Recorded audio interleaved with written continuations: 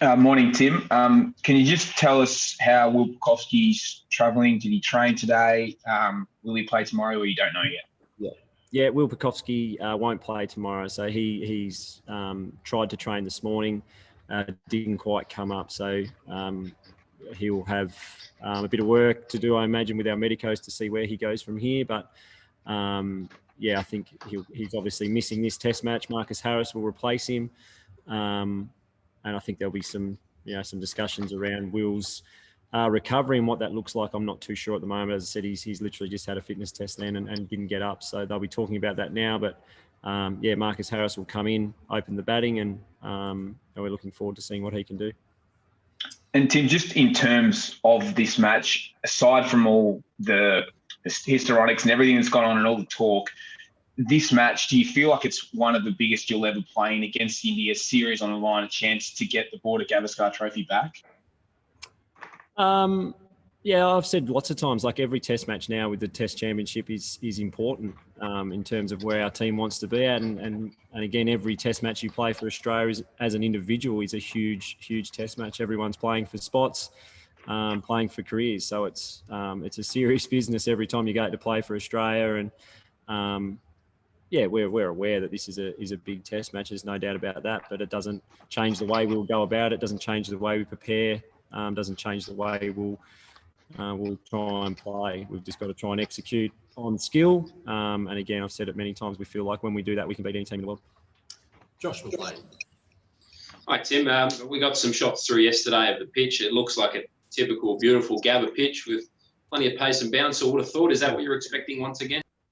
Yeah, absolutely. It's what I'm expecting. So much so I haven't even been out there to have a look at it. So I think the Gabba wicket's been, a brilliant wicket for Test cricket forever. So we don't expect that to change. From a distance, it looks like it always does. It looks like a magnificent wicket. It's a great place to play Test cricket. So, our boys are excited to be back here at the Gabba. We love playing here.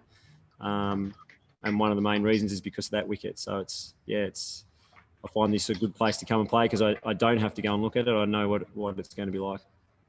Chris Gary. Tim, Alyssa Healy this morning had a bit of a crack at the Indians who have been complaining about the quarantine conditions. Basically, she got on the front foot and said it's a global pandemic. Pull your heads in. We're playing for our country. I guess, have you found quarantine hard? Do you understand the complaints from some of the Indian players? Well, first, I haven't seen those comments at all from Alyssa, but and to be fair, I haven't heard any complaints from the Indian players. We're all aware of what we signed up for, and I think it's been challenging for everyone. Probably more so for them because they're in a different country and away from their families. So, I certainly understand the difficulties that the Indians are going through. We've had Steve Smith, David Warner, and Pat Cummins have been in the same shoes as them for the same amount of time. So it's a difficult thing, but again, I haven't heard anything directly from the Indian players, nor does it really affect the way we're going to go about things tomorrow. And just on Marcus Harris, can you just talk a bit about what he brings to the team? What he can add in this fourth test? Well, Harry's just a no-fuss, very good player. He's been working his backside off in our hub for a while now. He's had huge numbers in Sheffield Shield cricket, deserves his opportunity. We're looking forward to him going out and doing his stuff. He just goes about his business. Harry brings good humour, a bit of comedy to our team, and he's a really relaxed type of character. So he's someone that we certainly enjoy having in and around our group, and someone that we've got full confidence in that if he gets in and gets a start tomorrow, that he'll cash in and make the most of it. Thanks, Cole. Hey, Tim. Obviously, there's a few guys in the squad looking at Mitch Swepson, Moses, Sean Abbott, Michael Neeser, who haven't played. Are any of them in contention? And if not, will they be heading back to the Big Bash before the test starts? No. Well, I think, as I said, I think the only change is Pukovski for Harris. I think in an ideal world, we would like those guys to be playing as much cricket as they can. But given the quarantine restrictions that we're in and the fact that we can't go into some states means that everyone will be staying together until the end of this test match and potentially beyond. We're still waiting to find out, when we can go home or if we are going to Big Bash or if we're staying here in quarantine or we're going somewhere else. But Again, that's something we can't control, but those guys who haven't played cricket and have been here the whole time have done an amazing job as, our spare players have trained hard and they've worked hard on game days, making sure that the guys on field have got everything they need. So those guys have been awesome and a huge part of our team. Correct. Morning, Tim. Tim, just a quick question on Nathan Lyon. His numbers haven't been great this series, but just looking at it from behind the stumps, do you think the Indians have just played him differently? Because he seems to have been cut and pulled a lot more than we generally used to seeing him.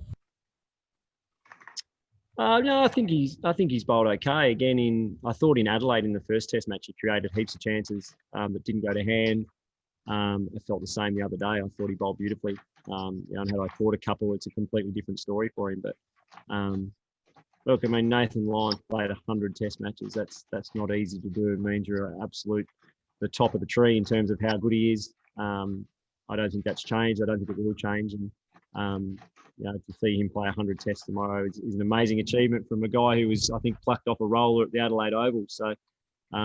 No, I'm not seeing any decline in him. Sometimes you get wickets and sometimes you don't. It's still coming out of his hand beautifully. As you touched on, I think at times the Indians have played him very well. But again, at times what we felt or we know looking at the footage, he created a lot of chances. Some just not quite going to him and some we've dropped. So we expect again that he will have a huge role to play in this Test. Cheers. Oh, sorry.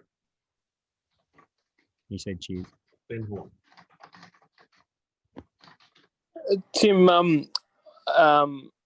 Sonny Gavaskar, back probably one of his most famous moments for Australian fans is him trying to walk off the field after he copped a bad decision and tried to forfeit a Test match against Australia. I know you sort of came out on the front foot and sort of owned everything that happened on the weekend, but some of the kind of more wild kind of comments that have been passed on yourself and the Australian team. Have you sort of made anything about that?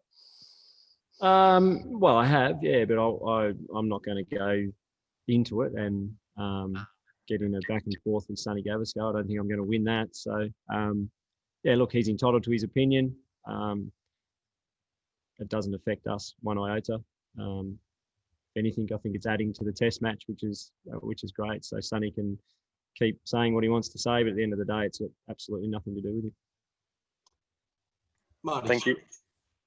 Yeah, hi Tim. Just one on Nathan. Obviously, you mentioned his story into the Test team was a bit unorthodox. Can you remember the first time you came across him and where that was and what your first impressions of him? Yeah.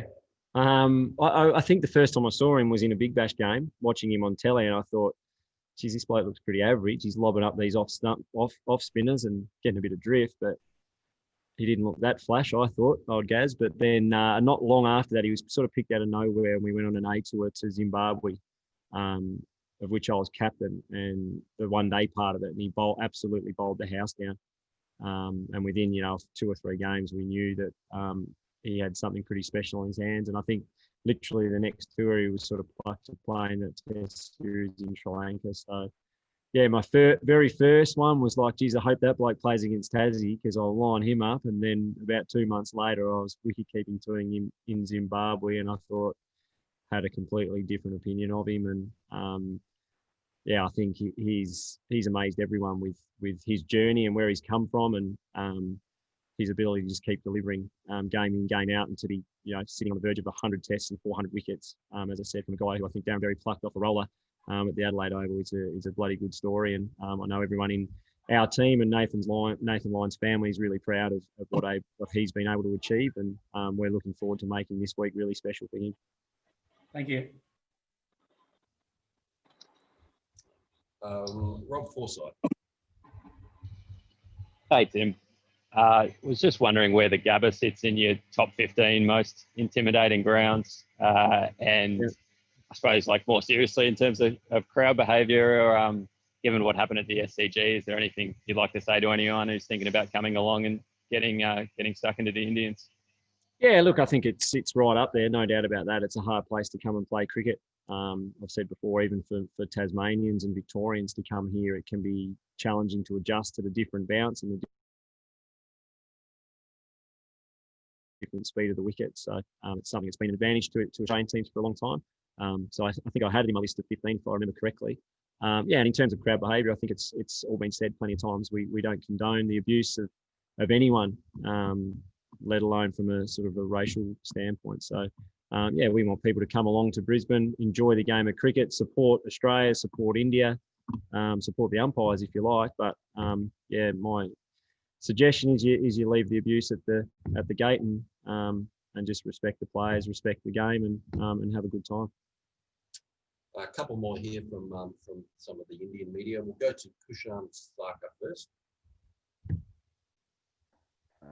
Tim, considering there was so much talk about your wicket keeping, I want to ask the technical aspect of it.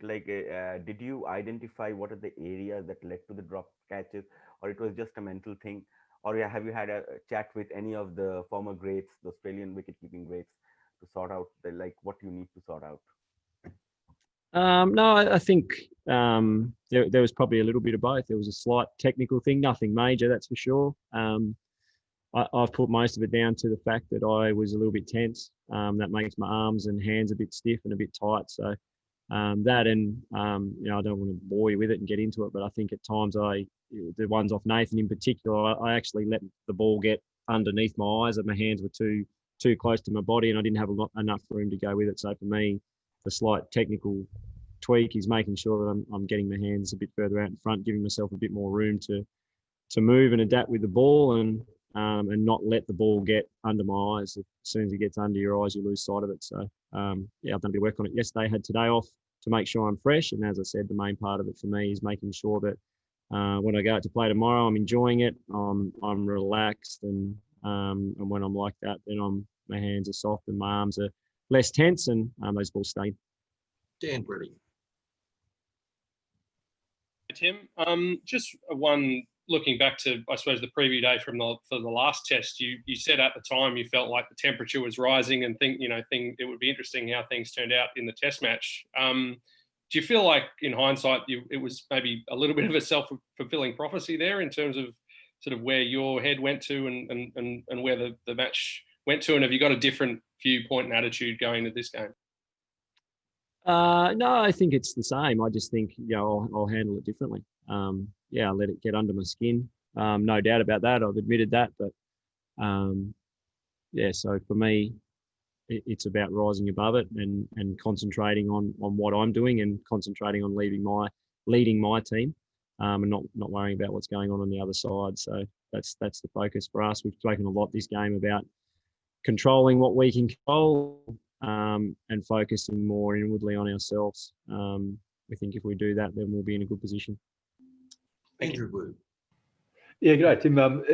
You've spoken about, I suppose, needing to, be a bit more sort of relaxed and not get tense, and that sort of helps you keeping. How do you actually do that, like in terms of mentally become more relaxed? Because I suppose if you make an aim of becoming more relaxed, then that sort of may create more tension in doing it. I mean, is there any sort of mind exercises or anything? No, I think if you look throughout my whole career, I think I've done a pretty good job of staying relaxed for 99% of it. So again, it's going back to how I play my best cricket. And like I said, that's having a smile on my face. It's enjoying cricket for what it is, which is a game. And again, at times the other day, I certainly felt I got caught up in the moment. I think what I've been really good at is being able to step back and, even just have a look around the crowd at times and realise that at that very second in time you're playing and captaining your country in a test match, it's something that I've always wanted to do. So remind yourself that way to enjoy it. Obviously, I'm going to compete very hard. That's what I do. I want to win as much as anyone, and I'm a competitive player. But, there's a fine line. For me, it's the same with my batting. If I'm too tense and trying too hard to fight hard, then I'm a pretty ordinary batter. If I look to go out, relax, have fun and look to score, then I'm normally a much better player. So it's just a slight tweak in my mindset. Nothing new to me. It's getting back to what I normally do. Thanks. Crash. Tim, Mitchell Starc looked down on form in Sydney. What do you make of him? And has there been any sort of attempt to sort of rejuvenate him a bit in the last few days, or have you had a chat to him? Yeah. Oh, yeah, we've tried to rejuvenate all three of our big fast bowlers. Last week was a big week for them, and particularly a big day 5 and a short turnaround. But I've said, a couple of times this week, those guys are very good at doing that. They're professionals, and the reason they're great Test cricketers is because they're all extremely durable. So we've seen it again this series. They're about to play their 4th Test back to back. And in terms of Starkey, he's just that type of bowler. Some days Starkey looks like he's like what he is. He's one of the great bowlers in the world, and the next day he has a bad day like the rest of us. But even his last spell, I thought in Sydney was outstanding. We know how good he is. We know that on his day, he can rip a Test match apart, but that's not going to happen for him every day. So yeah, for me, my role with Starkey is to try and the same thing, and that's why I was disappointed on day 5. My role with him is to keep him nice and calm and to keep him really clear on what I and we expect of him. And he's the type of bowler that when you give him really simple, clear instructions and keep him on an even keel, he normally bowls the house down. As a touch, and I thought my mood around day 5, potentially he was one that I affected and was a reason why he wasn't at his best. So again, it's about me getting back to basics, keeping him nice and relaxed, keeping him really clear on what we want him to do. And when we do that, he more often than not delivers. Thank you, Chad. Sorry if I haven't got Ron. I think we'll finish up with one more from Raj from ANI. Thanks, Cole. Hi, Tim. Over the years, we've seen that you're a natural kind of player who gets into banter with the opposition players. Would you be wanting to curb your natural instincts this week, or would you still get into conversations with the players, you think? Again, I'll be being myself. I think I've now played, don't even know how many tests I've played, but I think I've gone about it in a pretty consistent fashion. I think 99% of the time I said, the other day I let the moment get to me, which is a very rare thing. Bit of a blip on the radar, but as I've said, I've copped that on the chin. I'll look to come out this week and play competitive Test cricket as I always do. And if there's a bit of banter to be said, then I'm always up for that. I've just got to be aware of the stump mics and be a bit more respectful of the umpires, officials, and the players I'm against. But I certainly enjoy engaging in that. I find it good fun, and I think it's part of the game. Just got to be careful with where I take it, and I fully understand that.